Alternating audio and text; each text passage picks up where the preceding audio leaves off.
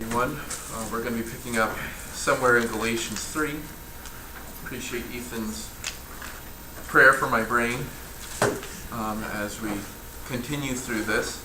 Also appreciate your prayers in general for my situation with work. I begin a new job tomorrow, if all goes well. And there was a time, you all are familiar with the situation that I have been in, and I was thinking for a while that the best thing that could possibly happen is that I would only be without work for a month or two and then find something that got us by or whatever, and God has been gracious, and it looks like prayers are more than answered. Certainly my expectations have been far surpassed in that. So I am grateful for you keeping me and my family in your prayers during this time. Let's see here. Where were we at? Oh yes, we were talking about mediation. We went through all this. So this is about verse 20 of chapter 3.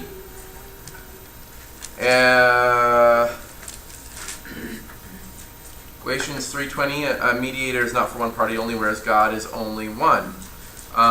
So we've discussed justification. We were having a conversation about what the law of what justifies you. Was it the law of Moses or was it the new law under Christ?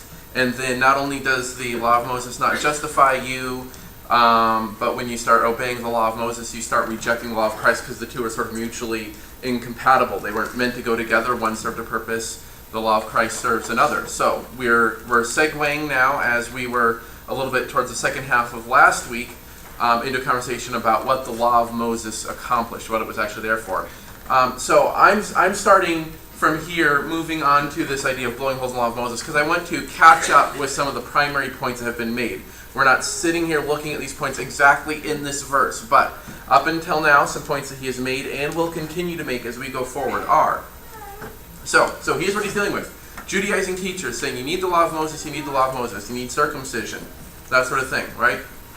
So, to catch up with Paul's arguments here, if you need the law of Moses, then what are you going to do with Abraham? Did I spell Abraham? Yes, I did.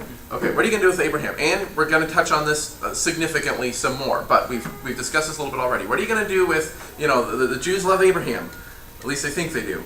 And then they push him pretty hard. So if you're going to prop him up as somebody who God loved as well and saved, what are you going to do with the fact that he was before the law of Moses and therefore was not under it at all?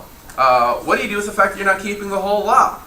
He can point to Judaizing teachers and say, look, why are you picking and choosing here through these things? Again, something he'll emphasize a little bit more. What do you do with the prophets who spoke of fulfillment in faith? He's already quoted a couple of places, like Habakkuk, okay, that he says, look, this is an inspired text that shows that this was going to end and something new is going to come along. What do you do with those prophets? And we know that the Jews in general love to reject the prophets, don't we? So nothing new here as we look at that. What do you do with the fact God's promise was to all nations? Again, not using Abraham himself as an example, but when you consider the promises to Abraham, when you look at the verbiage that was used there as God made those promises, if the promise was to all nations, then why are you singling out Israel alone? And this will begin getting us into a conversation of what actually constitutes the nation of Israel under the law of Christ. Anyway, so Paul's point, the law of Moses did have a purpose, but justification was not the purpose. That kind of catches me up where I wanted to jump off from. Any comments before we continue here? Okay. So, beginning in verse 22, why the law of Moses? The scripture has shut up everyone under sin, so that the promise by faith in Jesus Christ might be given to those who believe. But before faith came, we were kept in custody under the law, being shut up to the faith which was later to be revealed. Therefore the law became our tutor to lead us to Christ, so that we may be justified by faith. But now that faith has come, we are no longer under a tutor. For you are all sons of God through faith in Christ Jesus. For all of you who were baptized into Christ have clothed yourselves with Christ. There is neither Jew nor Greek, slave nor free, male nor female, for you are all one in Christ Jesus. And if you belong to Christ, then you are Abraham's descendants, heirs according to the promise. So a lot of answers to questions that he was asking earlier in this section here. Why the law of Moses? Verse 23 says we were kept in custody under the law, being shut up to the faith that was later to be revealed. So the law illustrates sin, but it doesn't justify. right? As we were talking about last week and the week before, the law will provide a parameter for which we understand this is right, this is wrong, but this only illustrates a fact. It doesn't do anything with that information. This is right, this is wrong. Okay, so now we know. Now what do you do with that is a step further. And they were trying to attribute that line in the sand that the law drew with some sort of means by which they became justified. And they did that early on. Look at Romans 3.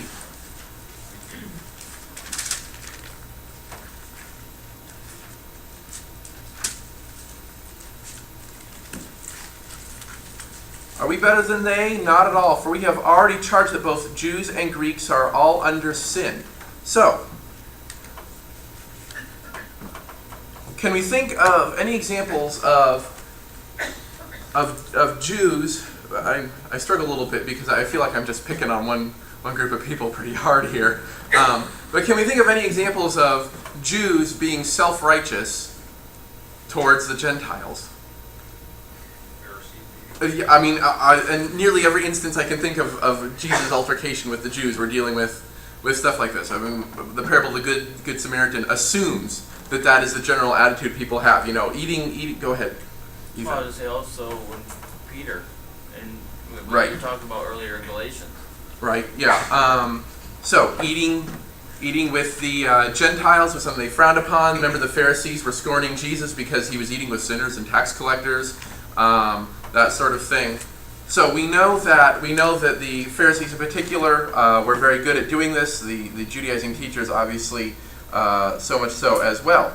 And why was that the case? Because they said, hey, we're Jews, we've got God, we've got the law, and the law makes us righteous, and you don't have the law, and therefore you are unrighteous. But Romans 3 suggests that whether you had the law or not, you were under sin. You were under sin, period. So the law illustrated sin, but it didn't justify them. It didn't make them pure. It just illustrated to them the fact that they were not pure.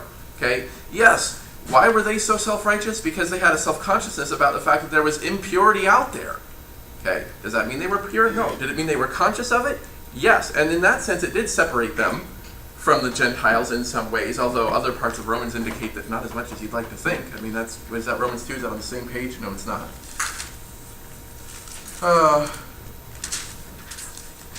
It's irrelevant to my point anyway. I don't want to get distracted.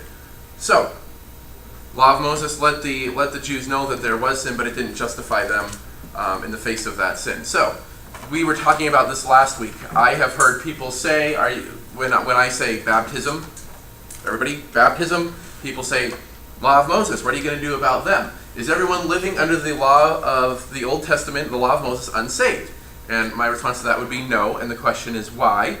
So here's where I would go with this. Let's continue on here, but hang on to that question. Back in Galatians 3, verse 24, where are we at? Therefore the law has become our tutor to lead us to Christ. Stop right there for a moment. We have a significant purpose here for what the law did. Okay, it was a tutor. That is the role it served. Why did it need to serve that role? Because it knew of Christ's coming, the future. Okay, I mean, as ordained by God, it had that consciousness, you could say, so that we may be justified by faith. The law was there to prepare us for faith, no matter what. So, which Christ fulfilled? Go back to Romans. We just need to keep our thumbs in Romans all the time. We should have studied these two together.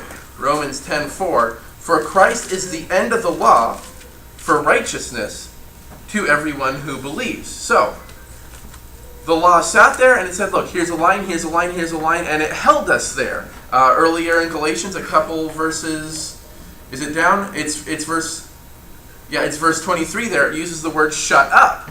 Okay, so if you ever tell somebody shut up, it's a biblical, it depends on your context, right? But the law is there, and it's saying, look, we've got you to a point now of consciousness of the difference between right and wrong. You're trying to do the right thing, and we're going to hold you there until Christ comes to fulfill this law that is holding you there. Okay, it's a shackle. It's an enslavement thing. We're putting you in a pen.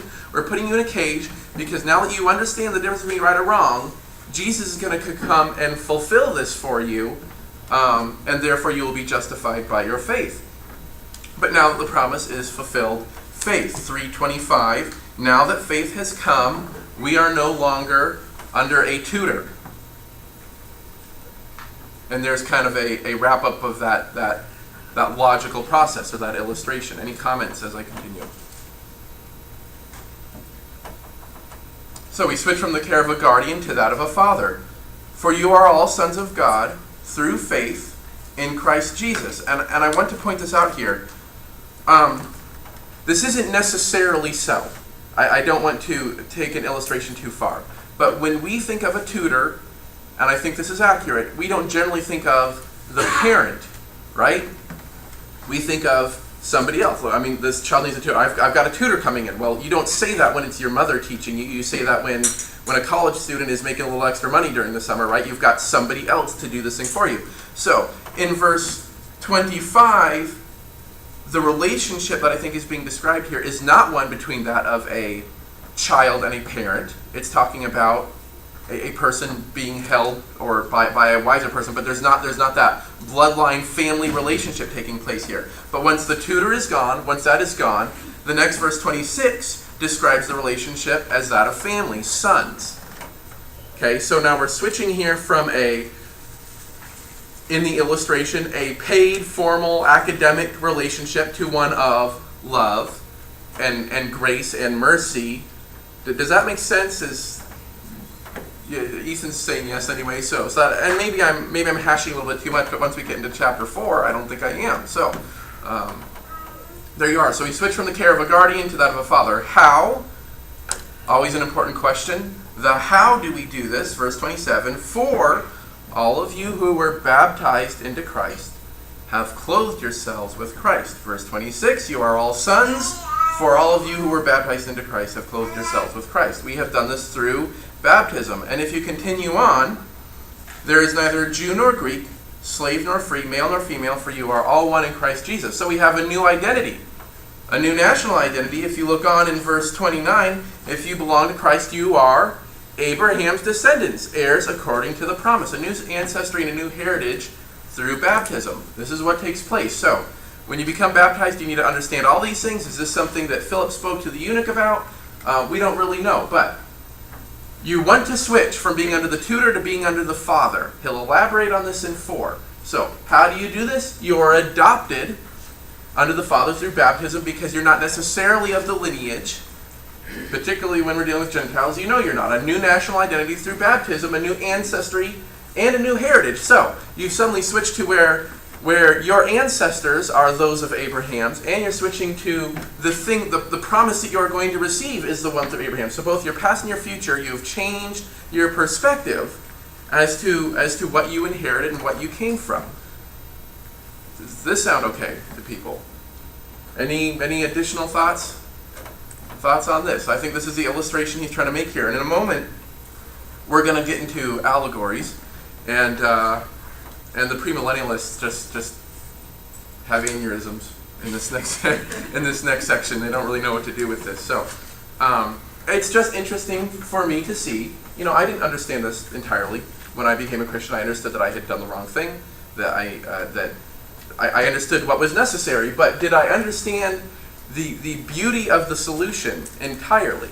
No, I did not. You know, and now I'm an heir to the promise of Abraham. You know, now that the law of Moses has been fulfilled and all this stuff has happened, and I'm past that new dispensation.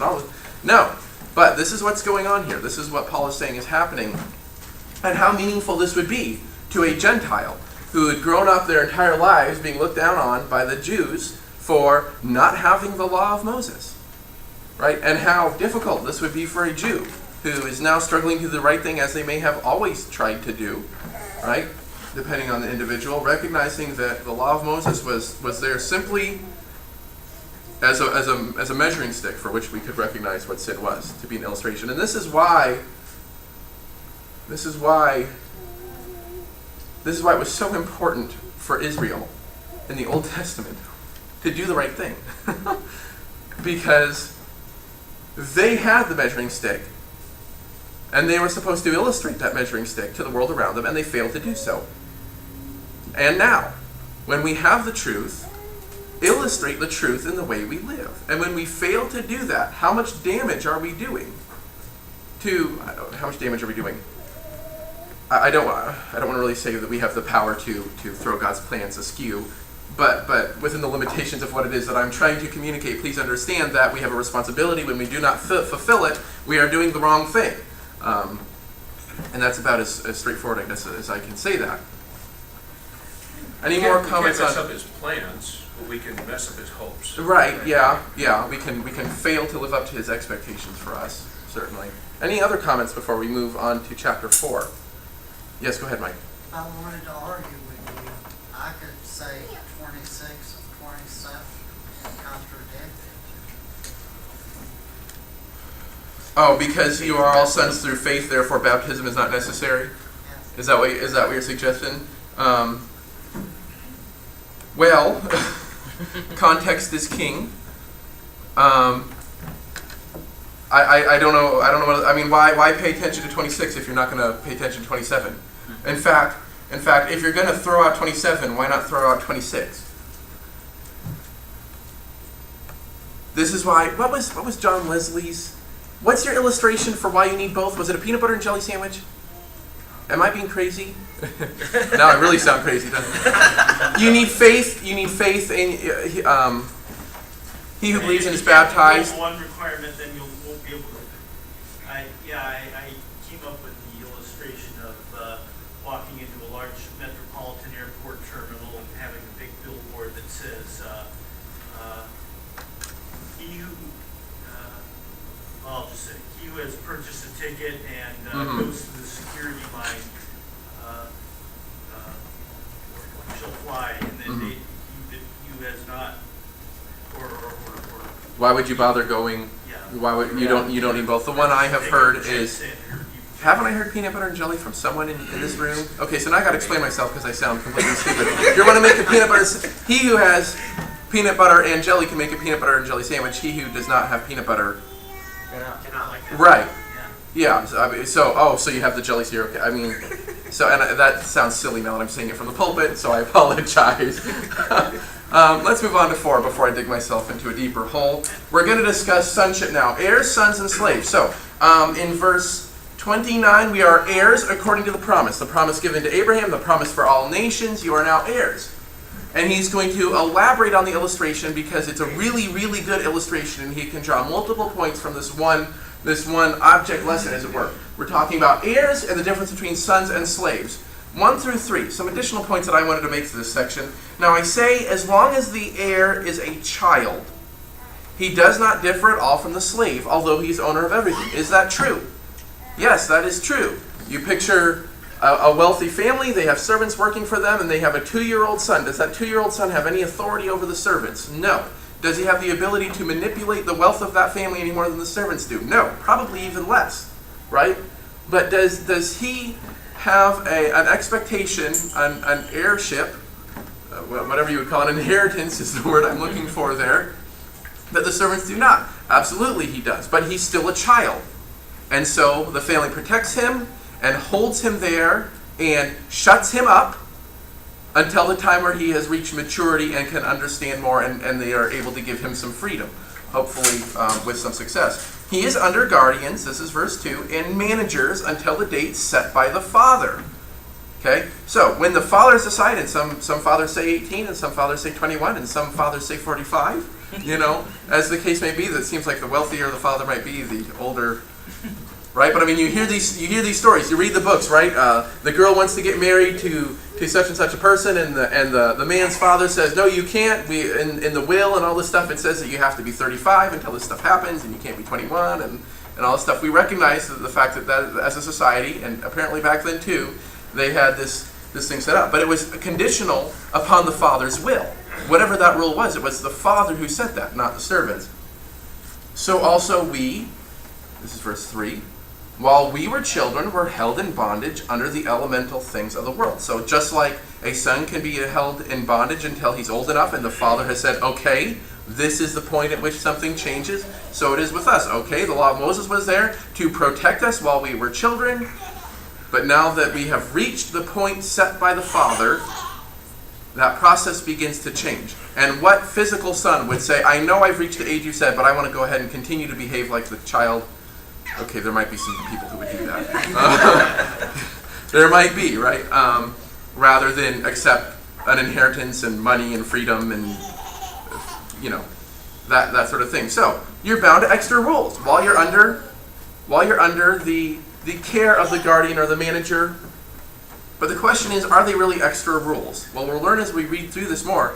They're not extra rules. They train us. They're things to help identify the rules. But when you're an adult and nobody's there to hold you to these things, to shut you up, you're still expected to maintain the standard. Gary? There's still rules, even if you're a child, the rules come from. Right, right. And the rules always came from the Father, right? Right. And he's delegated those rules to the parents to keep the son under them. And then when they get bigger, they're still under the rules of the Father.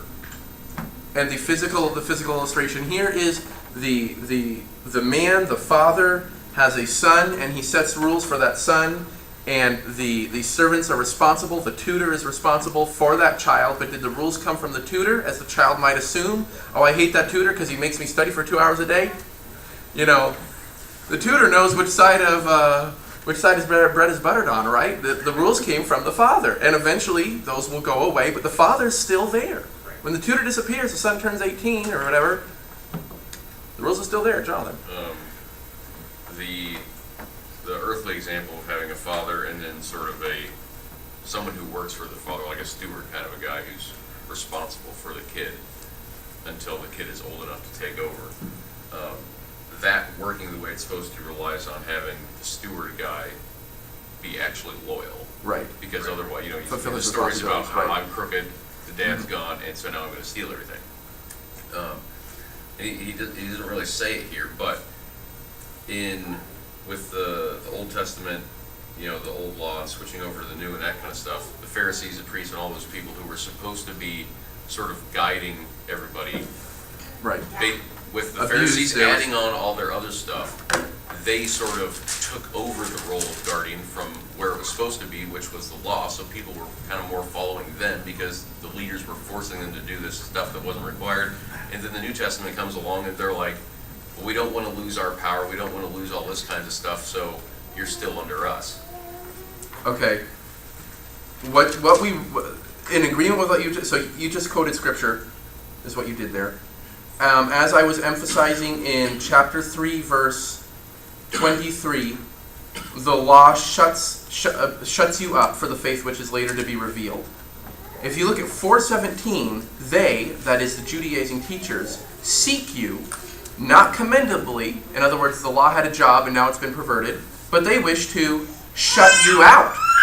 Okay? And it could just be George here, but those two phrases looked very similar. And I got something from that. Look, in one instance, the law is here to protect you from this, and then the people who are claiming the law are now pushing you away from something that looks like the law to try to create, I think I call it exclusive clubism or something like that. So this is what John's saying is, look, this tutor was here, and the people who were facilitators of that tutelage, or that tutorship, or however you would say that, were started looking after their own interests. And so 4:17, they seek you not commendably, but wish to shut you out. And so this is the point Paul's going to make by the end of the chapter, that, look, these people are claiming to be holding you and protecting you, but the fact is now the law has changed. They're really just preventing you from knowing the truth. Ethan. Now, with 4:17, I know we'll get there probably either later today or next week. But is that taught, because the Galatians were Gentiles, weren't they? Well, there was a mix of something going on here, but yeah. So was it talking about that the Judaizing teachers were trying to shut them out from? Yes, when we get there, that will the become. law They were trying to shut them out from the new law and to some extent the old law. by trying to implement the old law. Right. Yeah, we will be discussing that a little bit more here. But lest we lose track of this, we're discussing the worthiness of the illustration he's making. Look, physical father, slave, and son, spiritual father, slave, and son. And our conversation here is about how, wow, that's a really good illustration, but what's the principle behind it? This is what I got. One without maturity is one without authority. Great illustration, fine, whatever. But the point he is making is that if you don't have maturity yet, if you don't have knowledge, you're not given authority. That doesn't mean you don't have the promise. It's there. It's on ice. Okay? but you don't have authority yet. You don't have freedom, is perhaps what I should have said there. So, we're looking for development once we're bound by these rules, once we're fenced in this way.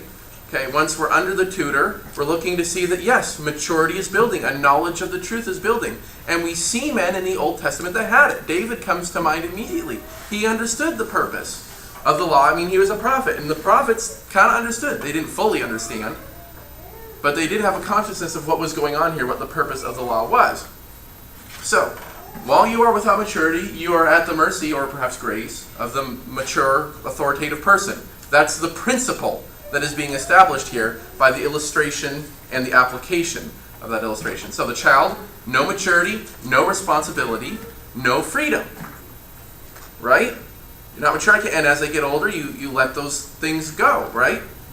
The adult, there's maturity and responsibility and freedom, but it's only freedom to improve the maturity and the responsibility. In other words, that fence has been taken away. So if you picture a person inside a fence or inside a cage, okay, they're enslaved, right? Right, they are slaves. Is it for their own good? Yes, it is. And as they mature, that fence drops. It goes away. But its purpose, if it has been accomplished correctly, is to keep them from leaving the boundaries of what that had originally been. And this sounds horrible to somebody of a post-religious mentality. Oh, now the box is in your head. Exactly. The box is in your head now. You have been trained to understand that these are the parameters of God's will for you, and you may not step out of them even though there is nobody holding you back anymore. Privilege requires responsibility. Right. It has to. If the two don't work, then you don't have anything. You're some of the society we live in. Right. Right. And go ahead, Dad. I was just saying, the child has the fence to keep them from running into the road. Right. The adult knows not to run into the road. Right, exactly. The illustration that I like to use of the juxtaposition between maturity, responsibility, freedom, these concepts are, when I was little, I loved my Legos, I had no responsibilities, and so whenever I could, I played with my Legos, which was very frequently. And I always imagined that once I didn't think of this much through at the time, but with maturity would come responsibility, would come a job, would come money, more Legos, right? That's that process. And so I hopefully matured, and I certainly picked up more responsibility. And so when I bring home $600 a week, Lego, no, unfortunately, gas and food, right? And so even though I have all this freedom now to do the things I want, because the fence was established, it's like, look, I've got responsibilities now, and these other things pass away. There's fulfillment has happened here. And this is what's great about when I was a child, I spoke as a child, that's 1 Corinthians 10 or 11, 12, 13, okay. Somewhere in there. So, there's a fence, the fence goes away, but we are still to remain within those boundaries. And look at 4 here. Lee mentioned this verse the other day. 4:4, when the fullness of time came, God sent forth his Son, born of a woman, born under the law, so that he might redeem those who were under the law, that we might receive the adoption as sons. So don't lose track of the fact here that this is in God's own good time. And I think this was the point that Lee was making the other day. Was it Thursday night class? I guess. He thinks so. He can't remember. It's good to know because I can't either. But I'm pretty sure this is a verse that he mentioned at one point. When God appoints the time, we wait and we wait and we wait. When God appoints the time, things happen. Stuff starts moving. So He appoints the time is fulfilled, the promise is established, it's in God's own good time. Why am I backing up to this right now? Excuse me while I remind myself what's going on here. Isaiah 49, go ahead and turn it. I'm going to trust myself to believe that I wanted you here for some reason.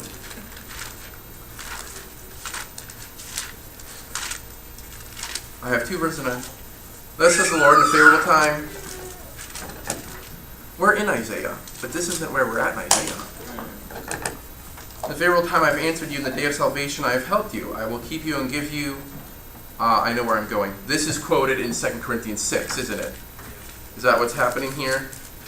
There's a couple of times I do this. I can remember. Yeah. Okay, so keep your finger in Isaiah 49, 2 Corinthians 6, and Galatians 4. Or for a minute, we're dealing with the fulfillment of time. When God is ready, stuff will start moving. Not before, not after, when God is ready. 2 Corinthians 6:2. Paul quotes Isaiah 49:8, a prophecy about the favorable time of the Lord, when God is ready. 6:1 of 2 Corinthians, and working together with him, we urge you not to receive the grace of God in vain. The grace has come now. This is what Paul is dealing with in Galatians 4. The grace is here. Why are you not accepting it? What has happened? In a moment, he's going to talk about the fact that he worries that he's labored in vain. So he says here in 2 Corinthians, to the Corinthians, verse 2 of chapter 6, For at the acceptable time I listened to you. On the day of salvation I helped you. Behold, now is the acceptable time. Behold, now is the day of salvation. And Paul is saying here, the inspired apostle, that this is the fulfillment of Isaiah 49, verse 8, the prophecy talking about an inheritance. To restore the land, verse 8, Isaiah 49, the end of verse 8, to restore the land and to make them inherit the desolate heritages, the things that needed to be fulfilled. And I guess that was way too much conversation or monologue about a simple point here, that God is in charge of the time frame that's going on here. So, but we see from this illustration, from 2 Corinthians 6 and Isaiah 49, that specific prophecies are fulfilled, indicating truth. Right? And this is something I'm talking with a friend of mine that some of you know, that definitely is having an attitude right now of the Bible was written by the Catholics or something. It's completely false. But if you can prove that Isaiah 49 was written a very long time, I'm dumbing it down here a little bit, before 2 Corinthians 6, you can understand that something is taking place here that cannot be explained away by the Catholic Church. One thing. I've wandered a little bit. Shall I go on? Verse 8, Galatians. Why don't, no, I'm not verse 8. I'm missing a slide.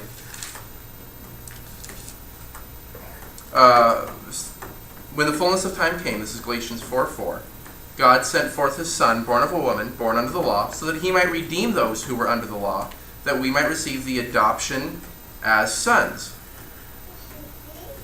Back up to 3:25, but now faith has come, we are no longer a tutor, for you are all sons of God through faith in Christ Jesus. He's still talking about the transition from the student relationship to the son relationship. Back down to chapter 4, verse 6. Because you are sons, God has sent forth the Spirit of his Son into our hearts, crying, Abba, Father. Therefore, you are no longer a slave. You're no longer enslaved. You're no longer inside the fence. You're no longer inside the box. Those things that were protecting you, guiding you, measuring you up, setting you a standard, have passed away. They are gone now. The person who instituted them is still there. The person who intends for you to obey the things you have learned from them is still there. Okay? But the thing that is holding you back is no longer there. You are no longer a slave, but a son. And, what have we discussed? If a son, an heir through God. You have reached the point of maturity. You are now able to receive the promises that God has placed before you. However, at that time, when you did not know God, you were slaves to those which by nature are no gods. Goes back to, you said they question, well, if baptism saves you, what about those under the law? Right. You just answered that. Exactly. Well, right. Christ came to redeem. Verse 5, redeem those who were under the law. Right. That's right. He purchased them too, as well as Right. you. They were not required to be baptized into Christ with the old law.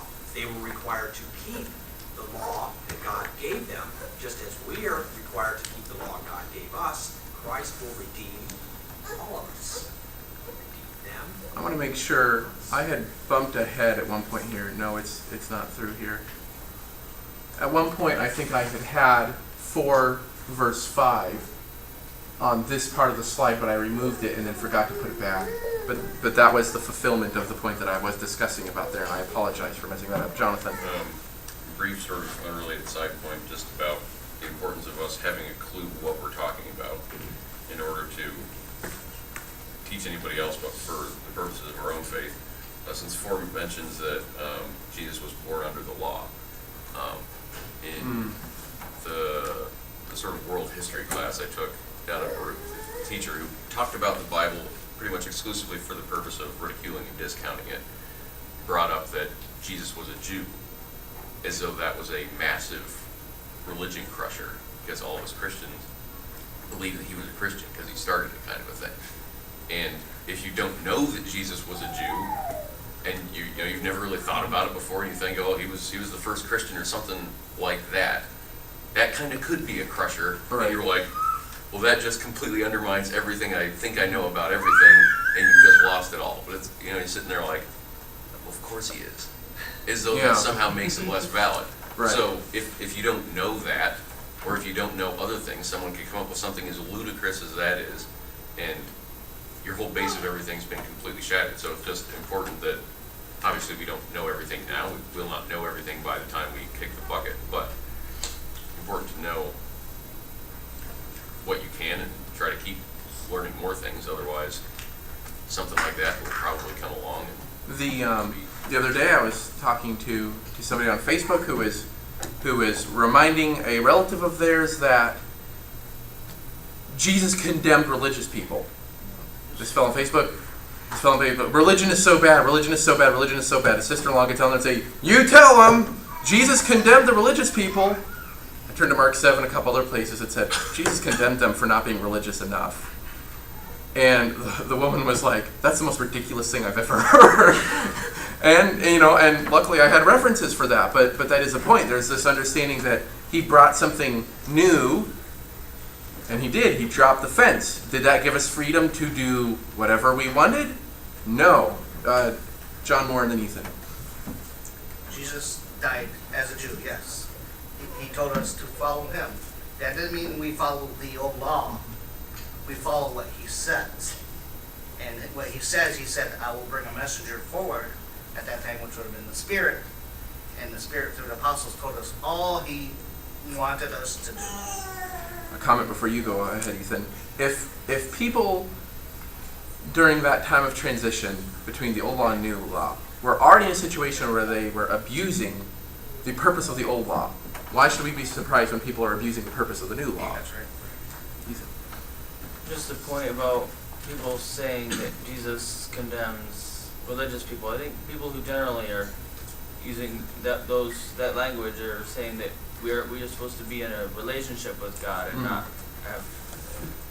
And it's true. We are supposed to be in a relationship with God, but that doesn't. And how do you determine what dictates the parameters of that relationship? Religion. I mean, the Bible, but what he says. Mike.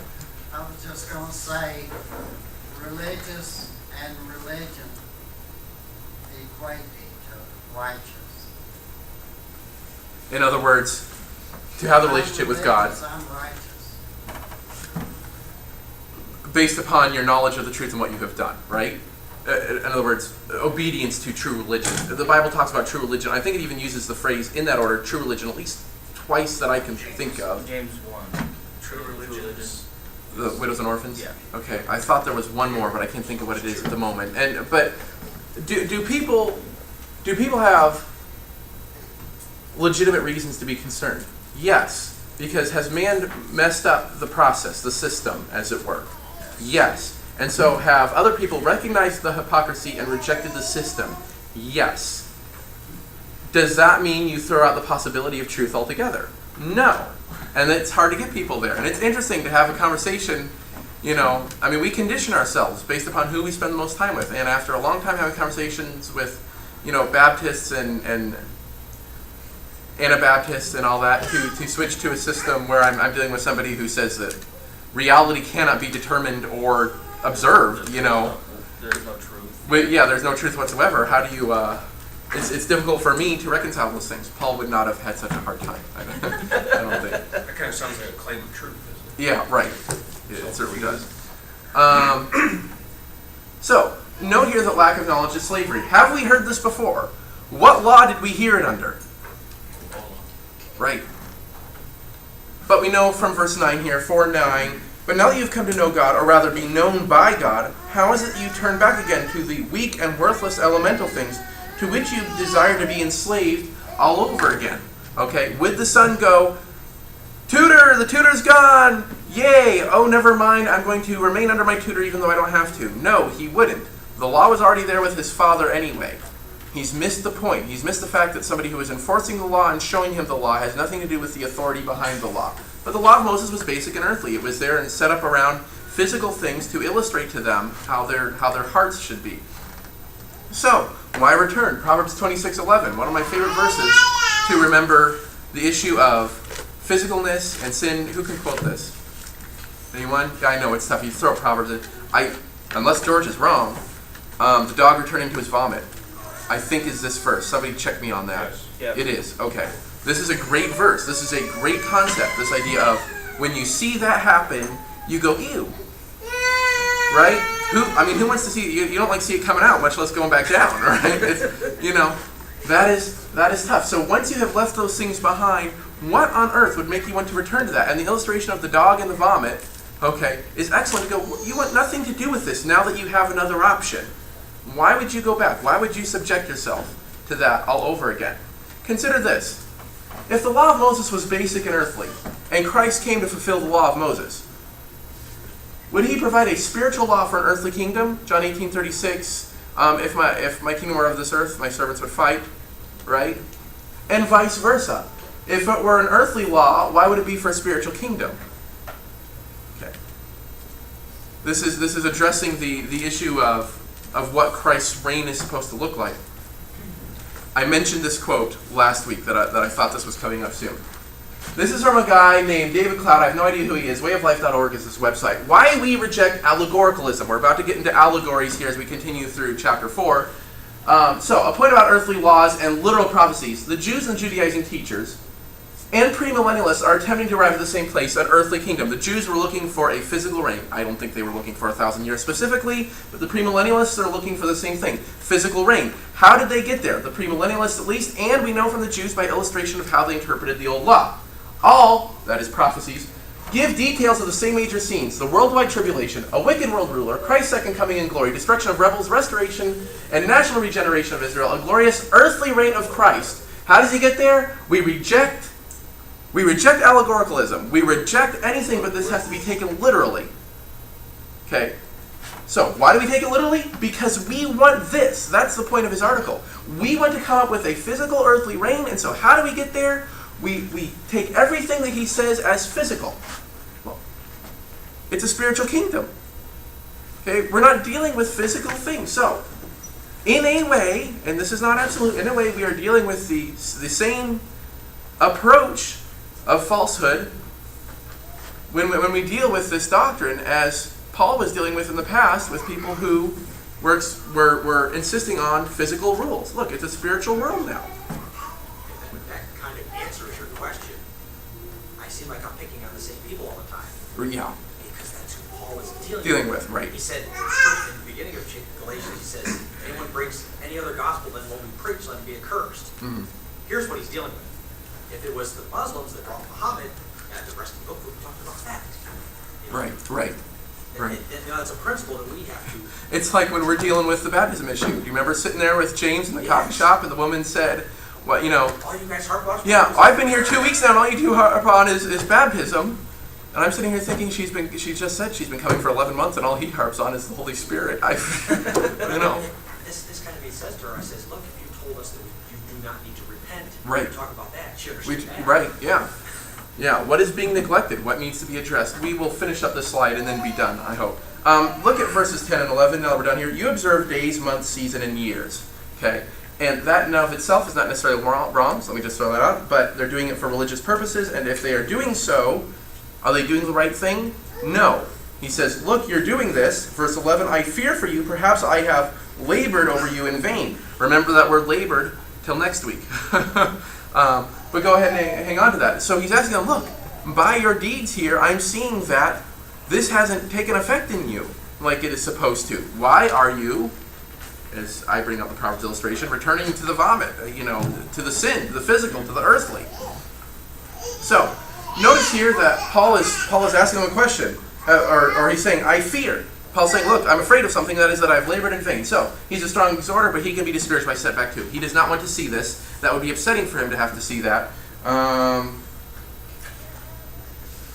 think he says something more about this later on, but I'll leave it at that for now. So, setback is no reason to assume the worst. but also there's no reason to assume that the work is done.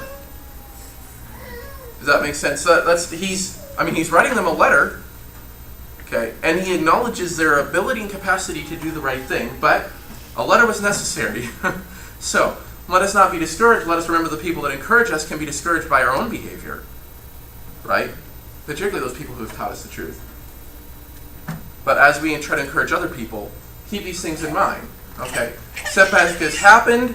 Look, this needs to be addressed. We need to deal with, but that doesn't mean I just give up. I'm all done, whatever. It's no reason to assume that our work is done either. Look, there's always more work to do. And I just sort of, it's not the point of the passage, but if this were not true, he wouldn't be writing these things this way. Right. So, and we are a little bit over time. Is there any other comments? Appreciate you keeping up with me. I know I'm speaking quickly. I need to slow down. Please be patient with me. Grateful for your participation. We will pick up right in 10 or 11 or so, probably verse 12 next week. And finally, hopefully get to the allegory with Abraham, Sarai, and Hagar. All right, thank you, everyone.